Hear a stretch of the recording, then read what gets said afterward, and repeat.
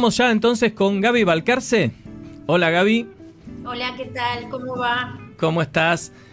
Bien, muy bien. ¿Ustedes? Muy bien, muchas gracias por participar. Antes te voy a presentar brevemente, para dar un poco de información a la oyentada. Gaby Balcarce se doctoró en Filosofía por la Universidad de Buenos Aires, es docente de la carrera de Filosofía e investigadora independiente de CONICET. Publicó, varios textos sobre Derrida, también sobre posthumanismo espectral, y sus temas son la deconstrucción y los estudios posthumanos. Dirige la revista Estudios Posthumanos, además de varios proyectos de investigación. Muy bien, Gaby. Nosotros siempre tenemos una palabra que nos orienta en el programa y hoy te invitamos a hablar sobre la palabra del día, que es humanidad.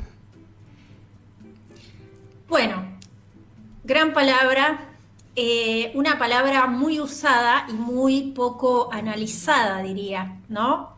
Todos decimos hay que ser más humanos o hablamos en nombre de la humanidad, etcétera, pero bueno, luego tendríamos que preguntarnos un poquito más qué entender por esa palabra.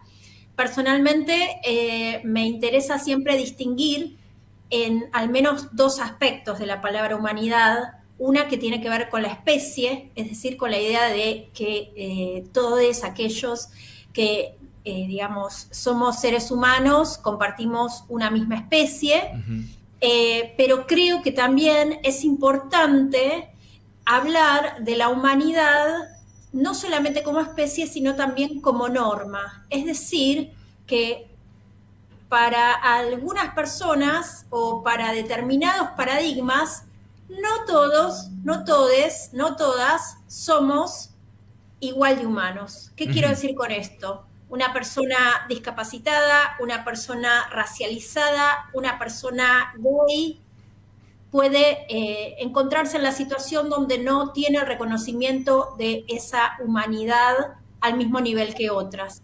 Entonces, en ese sentido, es interesante pensar esta otra línea de la humanidad, entendida como norma o como un ideal, ¿no? Que tiene algo bien concreto, no es abstracto, sino que responde a un tipo de humanidad específica, que es la humanidad o la idea de humanidad forjada desde el norte global, podríamos decir Europa, países más importantes de Europa o más poderosos de Europa y Estados Unidos, ¿no? Entonces es desde allí que se universaliza una manera de pensar lo humano y que eso justamente repercute en la negación o en la subhumanización del resto. ¿Cuál es el problema de esto? El problema es el acceso a derechos, el cuidado y tantas otras cosas que tienen que ver justamente con aquellos que quedan en los márgenes de esa humanidad. Sí, se me ocurre enseguida que esos márgenes son de dos tipos, ¿no? Lo primero que se me ocurre es que está primero la cuestión legal de derecho y después lo institucionalizado y lo cotidiano, ¿no? Digamos, cómo esa visión de lo humano y eso que queda por fuera tiene sus consecuencias en ambos planos. Exacto. Y además hay algo que quizás también vale la pena mencionar, que es que, en la historia del pensamiento, ¿no? Siempre la idea del humano se intentó definir como la superación de algo, en particular del mundo natural. Entonces, en ese sentido, acceder a la humanidad supone acceder a una jerarquía, ¿no?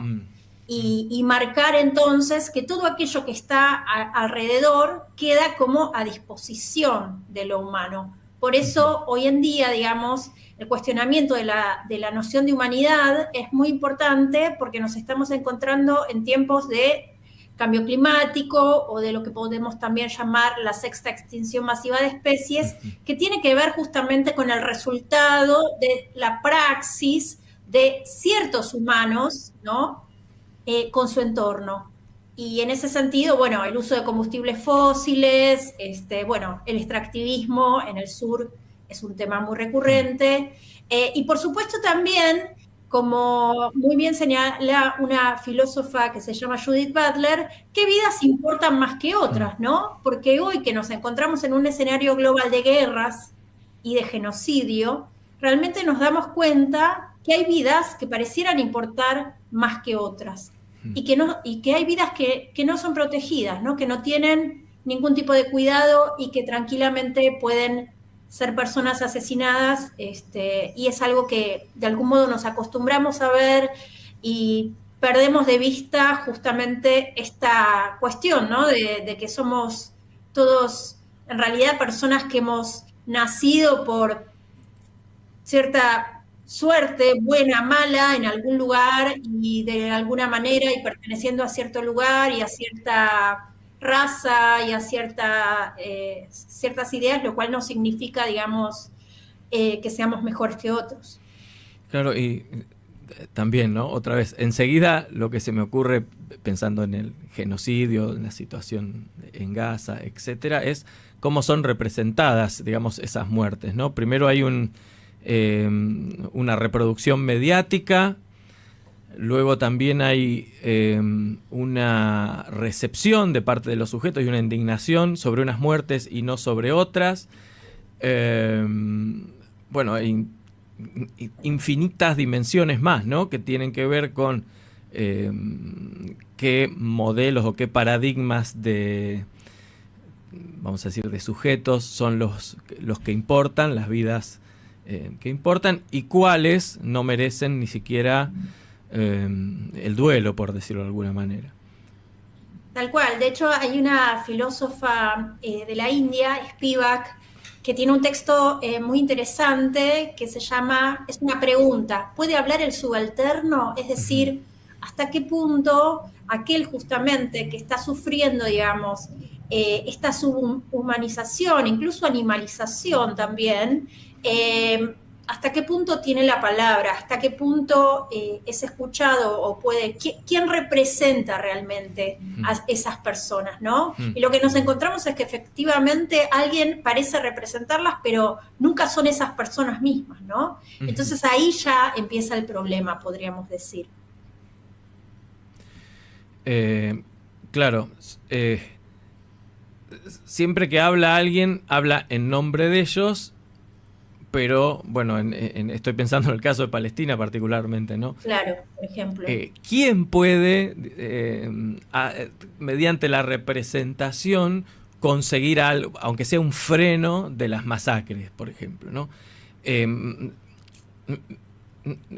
Me da la sensación de que hay movimientos en todo el mundo que son organizados, pero desde abajo, y que aquellos que podrían hacer algo para frenar, en este caso es Palestina, pero ha habido muchos a lo largo de la historia, no tienen, digamos, la posibilidad de hacerlo, ni el acceso, ni son escuchados, para decirlo de alguna manera, ni reproducidos muchos en los medios, etcétera.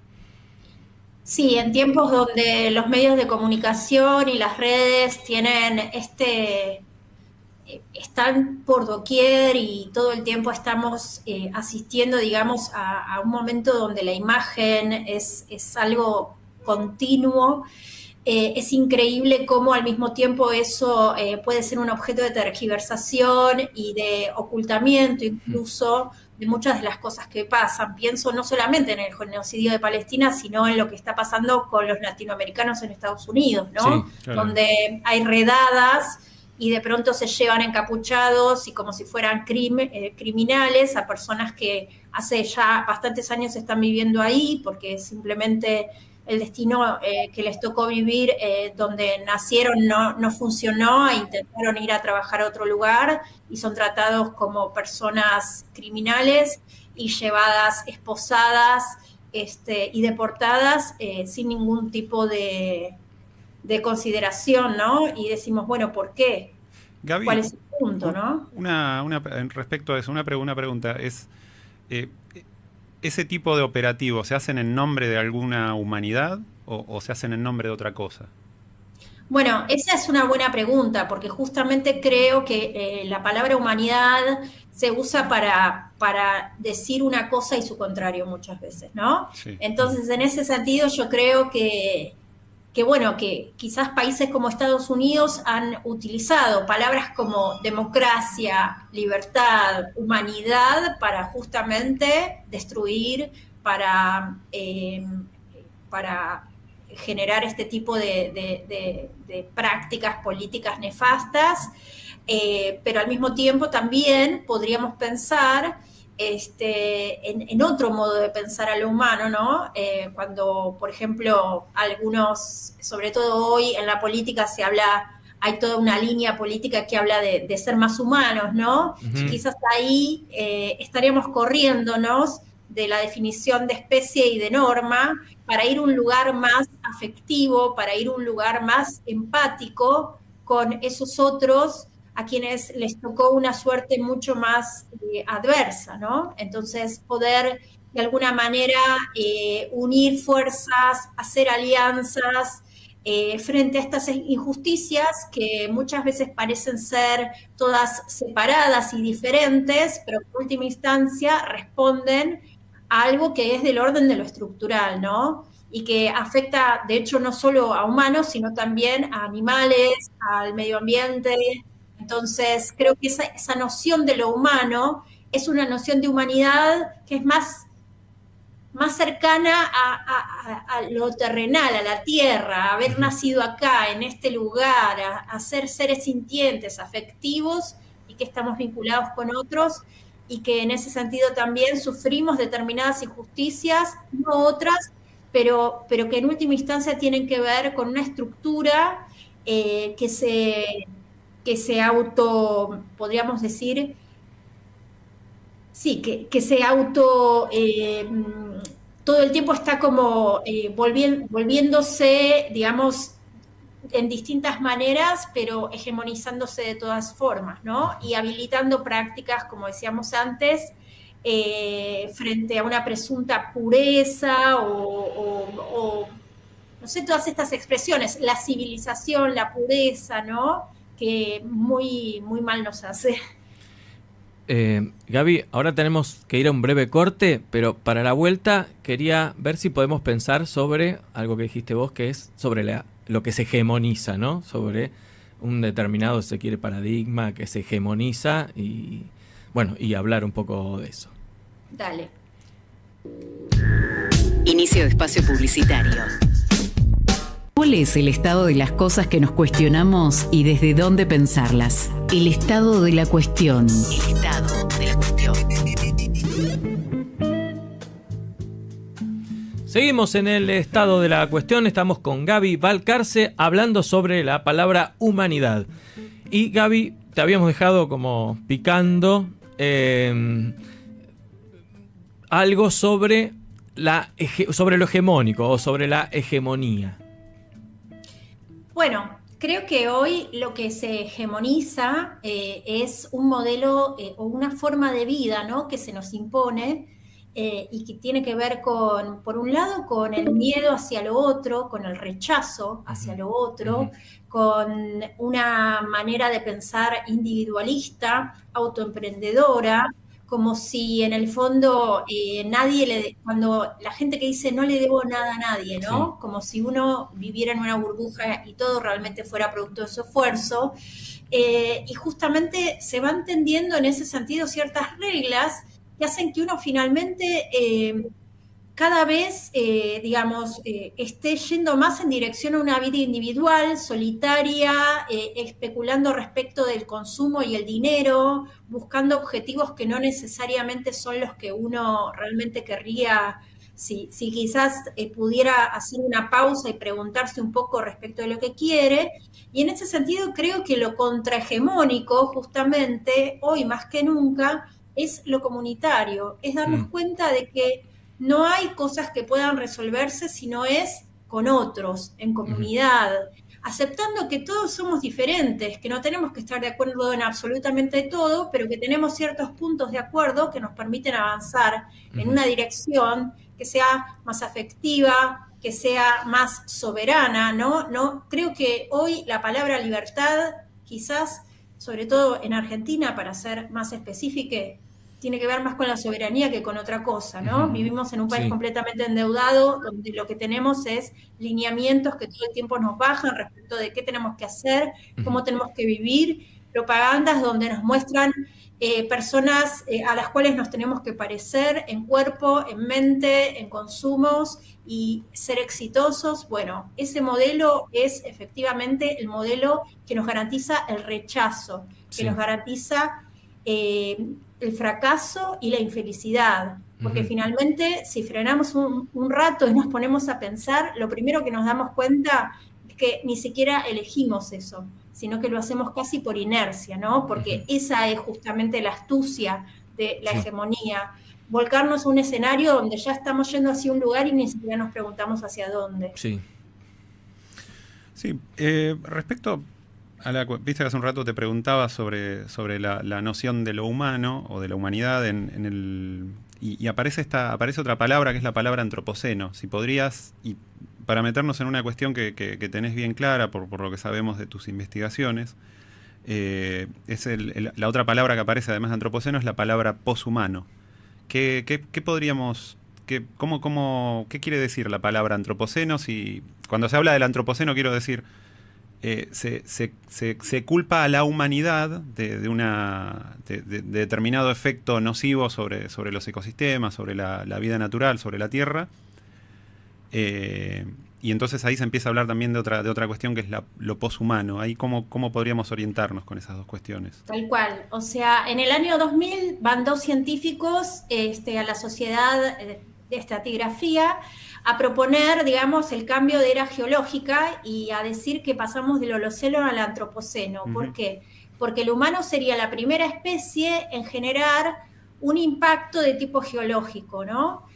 Por supuesto, cuando hablamos del humano, acá estamos hablando de ciertos humanos, ¿no? Porque no todos, esto se habría producido desde hace mucho tiempo, pero se habría acelerado con la revolución industrial, con el uso de combustibles fósiles, entre otras cosas, ¿no? Con la ganadería que emite tantos gases de efecto invernadero, etcétera, ¿no? Entonces, en ese sentido, se ha dado un gran debate que ha sido rechazado, ¿no? No estamos viviendo en la era geológica del Antropoceno, pero para lo que son las humanidades, esta noción ha tenido mucho impacto y ha dado lugar a muchos debates, al punto tal de que tenemos autores que dicen, no, Antropoceno no, Capitaloceno, ¿no? Y ahí empieza todo un debate respecto de cómo pensar esa responsabilidad y, por supuesto, bueno, también cómo pensar alternativas, ¿no? A esa forma de vida humana que se nos presenta como la forma civilizada y confortable y que, sin embargo, bueno, el resultado de esa forma de vida es justamente,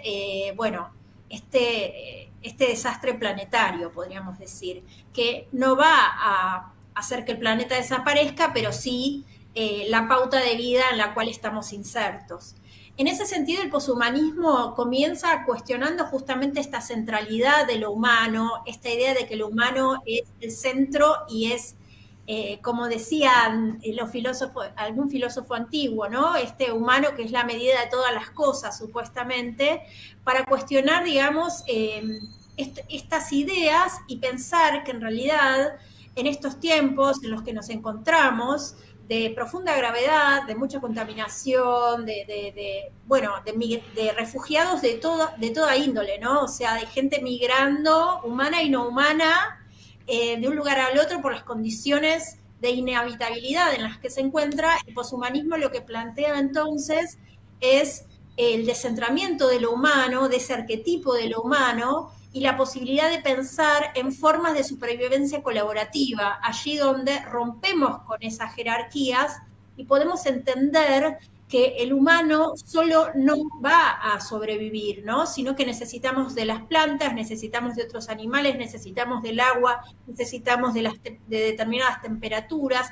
Entonces ahí empieza como a bajarse del trono lo humano para entender que lo humano ni como individuo sobrevive, ni solo con su propia especie sobrevive, ¿no? Y ese es como el núcleo, digamos, desde el cual parte el poshumanismo, y por eso justamente una de las cosas que cuestiona es esta estructuración del pensamiento de Occidente mediante dicotomías jerarquizantes. Por ejemplo, humano, animal o naturaleza, cultura, ¿no? Donde obviamente la cultura es humana y el resto es la naturaleza, que es algo pasivo, que es algo inferior, que es un recurso a disposición.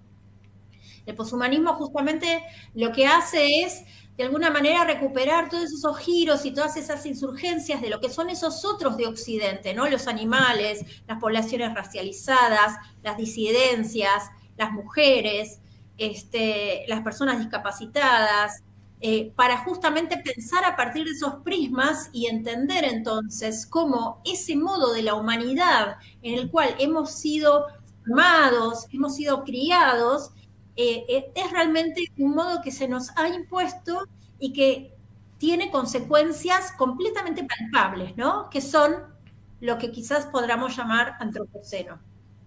Claro. Perdón, ¿se puede hablar de humanidades en lugar de hablar de humanidad? ¿O hubo algún intento de plantear la cuestión como humanidades?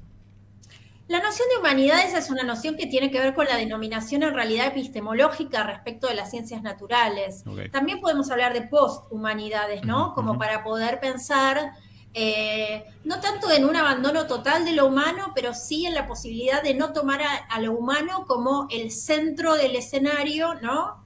Ni como la única escala, justamente. El hombre no es el único que tiene escalas, ¿no? O sea, nace, vive tantos años promedio, etcétera. Hay distintos animales que viven menos tiempo, el mismo planeta tiene otros tiempos.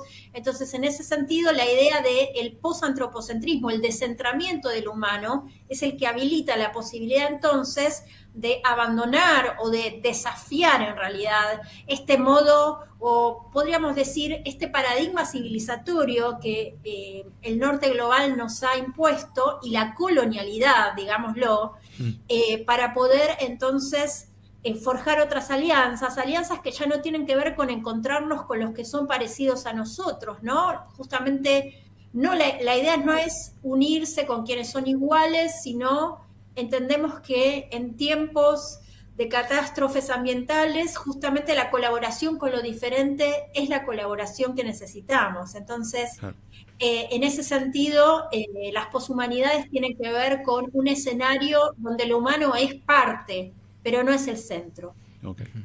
Gaby, sé que te hicimos muchísimas preguntas ya, pero creo que en relación con lo que decías podemos preguntarte, aunque algo ya dijiste, ¿no? ¿Qué papel juega la deconstrucción en todo esto? Bueno, la deconstrucción es una noción que surge, digamos, en el siglo XX, primero en la escritura de Jacques Derrida, luego, bueno, es una noción que ha sido súper abrazada por el feminismo. Sin embargo, creo que en el caso de Derrida, la deconstrucción no tiene tanto que ver con una acción, una decisión de una persona respecto de lo que pueda hacer consigo mismo, sino que tiene que ver más con un proceso en marcha de lo que acontece, digamos, respecto del pensamiento. ¿Qué quiero decir con esto? Durante mucho tiempo, la filosofía siempre pensó en términos de eternidad, ¿no? Sus nociones son universales y no tienen tiempos. Y justamente en ese sentido creo que la deconstrucción viene a mostrarnos cómo el sentido de las cosas tiene un porqué, tiene un lugar y tiene también una fecha de caducidad, ¿no? Y en ese sentido la deconstrucción tiene que ver con eso, ¿no? Con esta posibilidad, por un lado, de pensar en la caducidad del sentido y por el otro lado también tiene que ver con la posibilidad de que, o con la invitación de que el pensamiento no se cierre sobre sí mismo, sino que pueda hacer el esfuerzo y el ejercicio de abrirse a esos otros que ya siempre están ahí y que tienen mucho para enseñarnos y que no tenemos que simplemente tolerarnos porque los otros tienen mucho para enseñarnos y además nos transforman de hecho. Entonces, el pensamiento de la deconstrucción tiene que ver, por un lado, con la finitud, hacernos cargo de esa finitud, que de hecho, ¿cómo podríamos pensar conceptos universales si nosotros mismos somos seres finitos? Claro. Y por el otro lado también con esta hospitalidad hacia los otros, ¿no? Humanos y no humanos. De hecho, Derrida tiene un libro también sobre la cuestión animal, por ejemplo. Claro. Entonces, esta invitación de alguna manera, creo que es recibida para el pensamiento poshumano, que podríamos decir que es más del siglo XXI, ¿no? Y en ese punto entonces, yo encuentro ahí como una suerte de núcleo que justamente permite, digamos, como avanzar frente al presente, ¿no? Quizás lo que estamos asistiendo, el poshumanismo, lo que tiene para mí interesante es que no hay un filósofo que se esté inventando un problema, sino que el problema le viene de afuera. Claro. El problema le en la cara, ¿no? Sí. Como puede ser una pandemia, como puede ser una catástrofe ambiental. Bueno, genial. Bueno, acá nos avisan que lamentablemente se nos acabó el tiempo. Te agradecemos muchísimo, muchísimo que hayas aceptado la invitación. Vamos a decir que si quieren acceder a la revista Estudios Posthumanos, pueden hacerlo a través de la página estudiosposthumanos.com.ar. Bueno, y esperamos poder invitarte para no sé, este mismo tema u otro más adelante. Así que bueno, muchas gracias. Gracias, Gaby. Gracias a ustedes, un placer, y obviamente son temas interesantes, picantes, Sí. Así que la seguimos en otro momento. Bueno, muchísimas gracias. Pasaba Gaby Balcarce por El estado de la cuestión.